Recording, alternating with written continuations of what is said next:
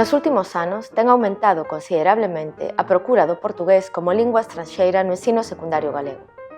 Porén, e aínda que xa hai moitos institutos que inclúen esta materia na súa oferta curricular, xorden sempre dúbidas entre os que queren comezar a impartila.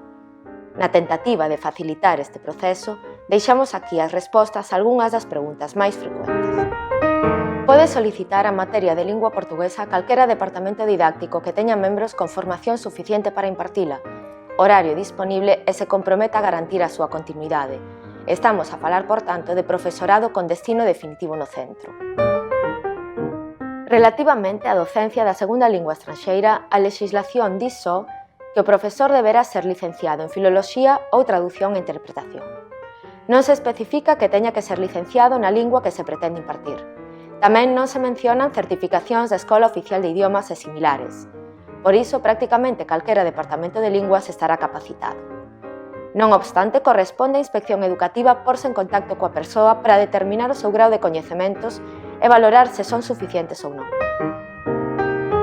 O único que hai que facer é presentar a proposta ante o equipo directivo da escola para que a leven ante o Consello Escolar e posteriormente trasladen a resolución ante a inspección educativa. Como a aparición dunha nova materia optativa pode ser vista como concorrencia polos demais departamentos, convén que o xefe de departamento a presente previamente con moita diplomacia ante a CCP. Despois de comprobar que se cumpren todos os requisitos, a inspección educativa emite un relatorio. Se este for favorable, a Xefatura Territorial autorizará a introdución da nova materia e comunicará a súa decisión ao centro. En primeiro e segundo da ESO, a segunda lingua estranxeira é unha materia obrigatoria. O único que é opcional é a lingua que se quere estudar.